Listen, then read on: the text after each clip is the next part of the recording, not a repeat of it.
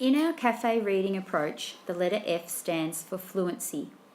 Fluency is the ability to read text with good speed, accuracy, and proper expression. Fluent reading sounds smooth, is interesting to listen to, and occurs when we can read texts easily and accurately.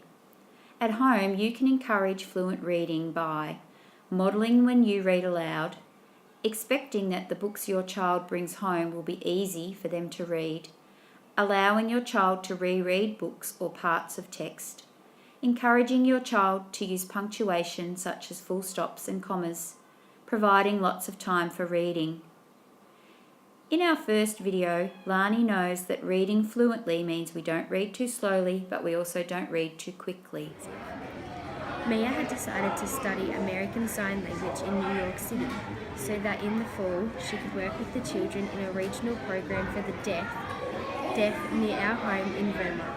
She also enrolled in a piano intensive for teens at Hunter College and one at the 3rd Street Music School settlement. It was pure serendipity that the furnished apartment that Mum rented had a piano sitting in the middle of the living room. The piano delighted both Mia and the elderly neighbours next door, who seemed to enjoy listening to her music. Every morning, Mia and Mum walked to the ABT studios at 20th Street and Broadway, and they'd meet me there in the late afternoon to walk me home. In the second video, Charlotte groups words into phrases to sound fluent. Listen for phrases such as like a kite, in the mailbox, and down the ladder. Hide spider. Once there was a great big brown spider. He lived under the bark of a huge tree. One day, the wind blew the spider off the tree. He floated through the air like a kite. When he landed, the spider saw a mailbox. The spider hid in the mailbox. In came a huge hand. The spider jumped out and ran away. Ah! Cried the man. And the spider, and he dropped all his letters. The spider hid in a car. In came an enormous foot. The spider jumped out and ran away. Ah!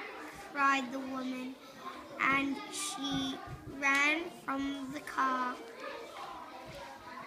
The spider hid in a treehouse.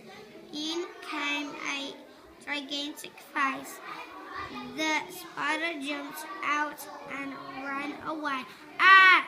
Cried the boy, and he scrambled down the ladder. The spider hid in an old shoe. In came a huge foot. The spider jumped out and ran away. Ah! Cried the old man, and he ran off without his shoes. The spider ran to hide in an oak tree.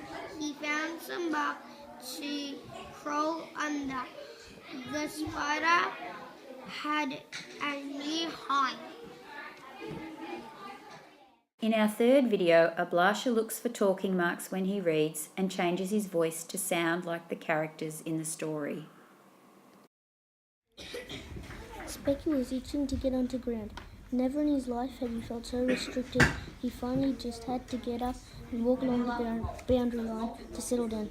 Hey, McGee, I hope you're getting a good look at how a true forward is meant to play, gloated Scream as Specky passed him.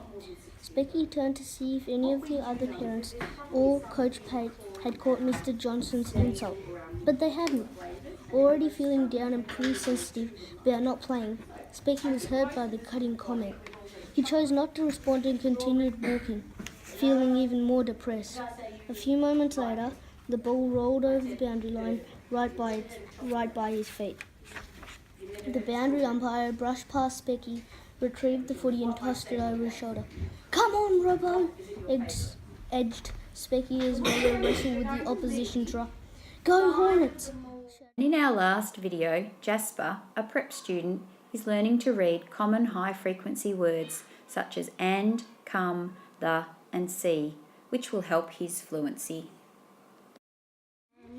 See the monkey. Come and see the elephant. Come and see the kangaroo. Come and see the tiger.